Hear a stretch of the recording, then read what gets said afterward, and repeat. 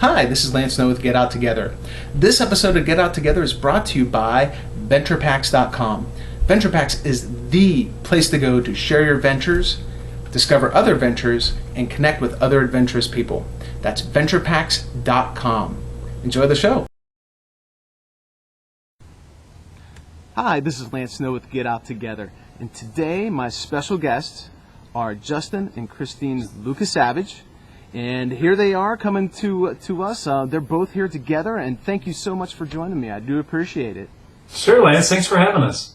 So one of the reasons I asked you both to come on was, so Justin, I've been following your content for some time now, and it's, primarily I started following you because of business purposes. You've got some awesome things and some great projects out there. Obviously, Free Agent Academy. You've done Past Due Radio. You're even working on some stuff with Dan Miller.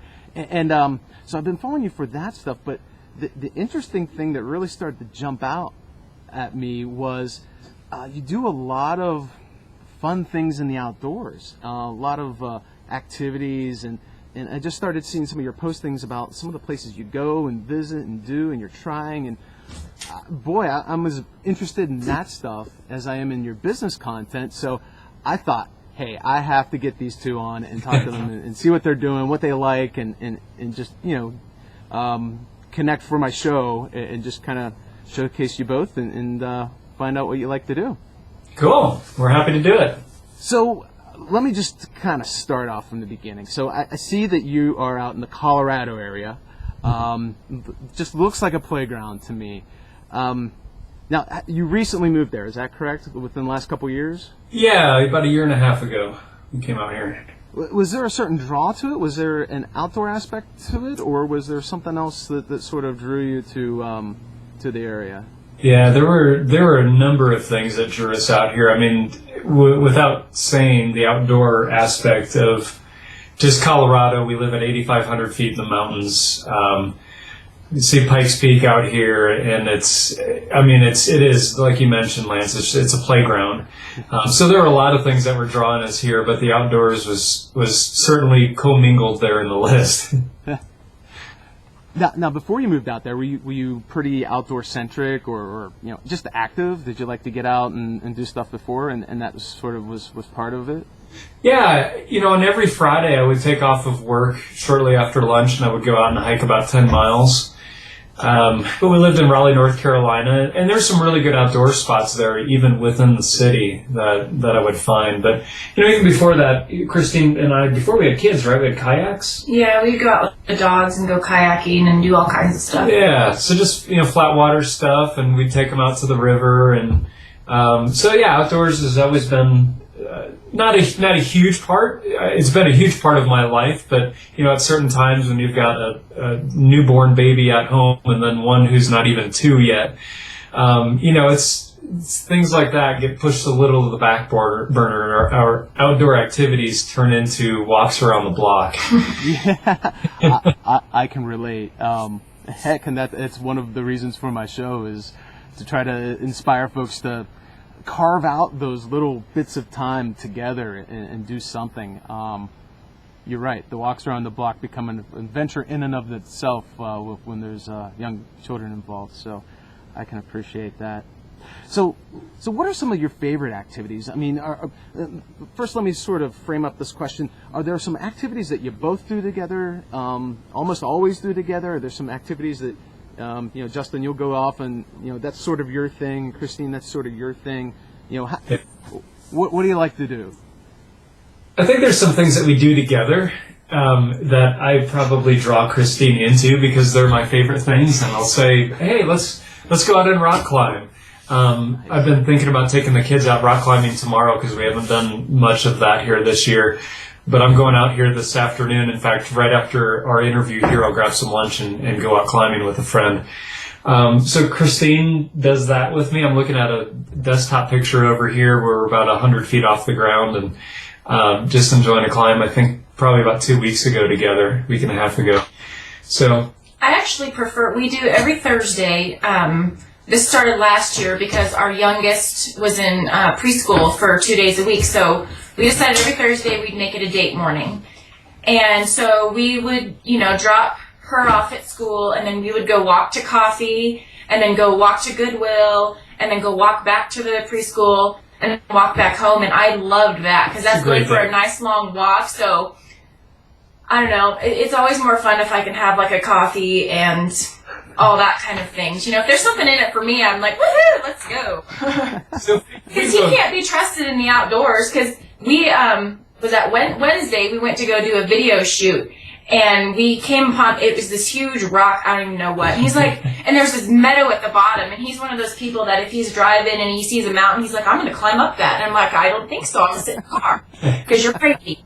And he's like, you know, it was kind of this big rock field, and we were kind of having a hard time getting down it because they were huge boulders and things. And he's like, oh, we don't need to go down that far. Like, we don't need to go down there. It's okay. And I think he was purely saying it for my benefit because I didn't say a word. I just said, okay, whatever. And we were almost there. We were within 2 boulders of it. And I'm like, okay, yeah, sure, we're not going to go all the way. But we actually didn't go the entire way down, but we were about this close. I was shocked we actually didn't go the whole way. I stuck to my promise. So there you go. We'll go rock climbing, a lot of hiking,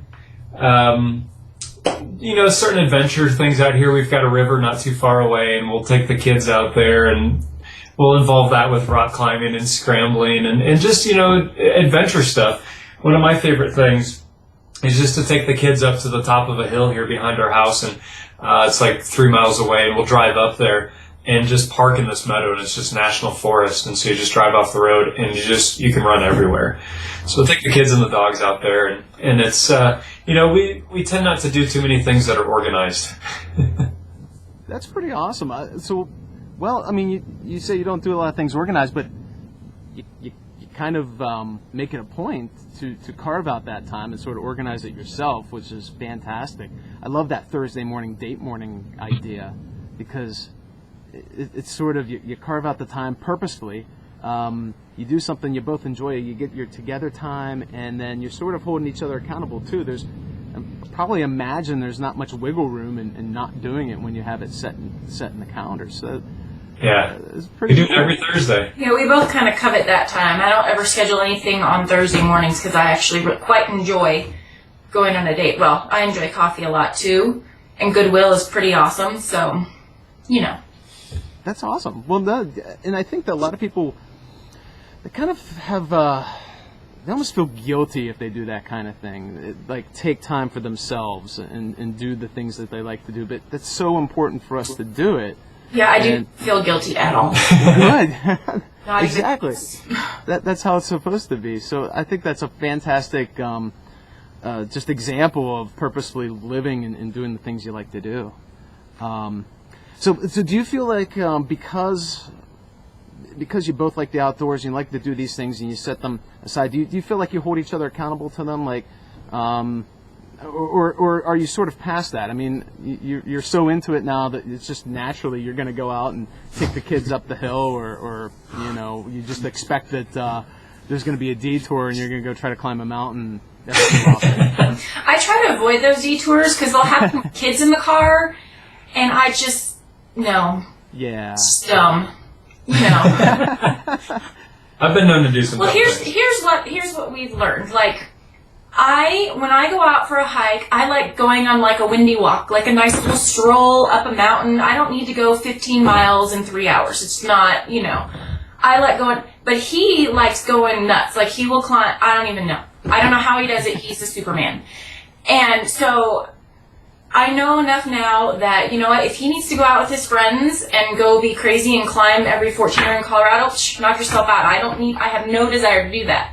And he's okay with it, which is great, because I don't have to feel guilty about not being ambitious to climb all the 14ers, because I'm really not, you know. I just enjoy being outside in the smell of trees, you know. So, yeah, it's nice when you kind of figure out that balance to where he knows what I like, and if he pushes me too hard, I'm not going to want to go with him anymore. I'm like, no, this isn't fun for me. You know what I mean? Yeah. So it's when you find that nice little balance, then, I mean, it's really fun, and you can actually enjoy each other rather than feeling like you're being tortured. I like that word balance, not the word torture, but the word balance is an awesome word because yeah, you're right. You like one thing, he likes the other, and you kind of keep each other. I don't want to say in check because that sounds so negative, but you both communicate with each other so that you know, yeah, when you aren't feeling comfortable with the situation, yeah. or Justin, you want to go faster, so that's great. I mean, that sort of brings in the element of communication and just sort of understanding each other and where what you like to do. So what are some of the other favorite things? So, I mean, there's some rock climbing going on. You've got a river nearby. What else? I mean, I saw, Justin, I think you went to, did you hike up Pikes Peak, or did you just take a tour up there recently? I hike up a couple times a year at least. I mean, it's right out our door here, so I'm always playing at somewhere around Pikes Peak. And a couple weeks ago, I did the long trail, which is 26 miles round trip. And so I went up with a friend of mine, and we took us about 10 hours, not including some stops where we were doing some video work. So yeah, getting up, and it's sort of light trail running. I mean, it's hard to do trail running when trail starts at 6,500 feet and then tops out at 14,110 and then back again in a day. But, we were, sort of jogging and running, as much of it as we could. But, doing that, Christina's taken up running here a bit lately. A little bit. I had to take it easy though, because when you feel really good and you're like, yeah, I can go further. And I pushed myself and I was feeling good. Well, there's this little thing called tendonitis I had when I was a kid that reared its ugly head. Oh, no. So I've had to take a break from that so I don't hurt myself further. And thankfully, my best friend is, a trainer or whatever, and so she told me how to get back into it again and take my time. But it's just so hard when you feel so good. Yeah. You know what I mean? I know what you mean. It's you push it and you're like, oh, I'll go for 5 miles. Oh, well, okay, I feel good. I'm going to go for another, and then you start to feel the twinge and the tweak, and you're like, yeah. Oh, wait a minute, this isn't right. maybe I shouldn't have done this, and then you find yourself sort of hobbling back a little bit. And, yeah, it never got to that point where it was that bad, but I recognized it very soon, and I'm like, I'm not a glutton for punishment, but I don't like pain by any stretch of the imagination, so I'll just take a break. I have bike rollers in the garage. Like, I'll, put my computer down and put on some TV show and sit there and ride on my stationary bike, which I found at Goodwill, let me just tell you, for $20. It's awesome. Wow. Still sit in the garage and ride my bike and get exercise that way when I can't, be outside running like a crazy person. So. Wow. Well, let me ask you both. Was there ever a time that you weren't really kind of adventurous or active or getting in the outdoors? I mean, was there ever a time that you were desiring to do so and you just couldn't find the time, or you didn't make the time, or anything like that? Yeah, when I had babies. Yeah, and we had them one right after the other. So as soon as I quit nursing one, I was pregnant a week later with the next one. So. Yeah, so our kids now are 4, 6, and almost 8. A big few months, and she'll be 8. So they're each 21 months apart. And so, as we did that, it was like one kid, and you're just starting to get out of diapers, and then there's another kid, and it's, I'd say that the desire was probably there, and even in, during part of that time, I was coming out to Colorado here for different events and things with the Free Agent Academy that she mentioned, and so I'd come out early or stay late and do something in the backcountry with my brother.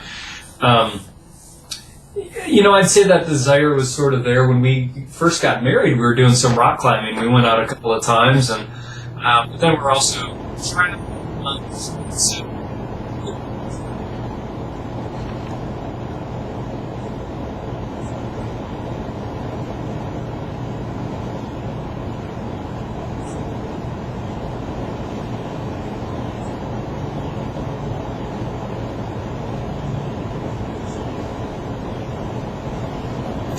I think I just lost my audio. Can you still hear me? It's really, really fuzzy. Yeah, we're getting some feedback. Yeah, it sounds like a truck is driving by.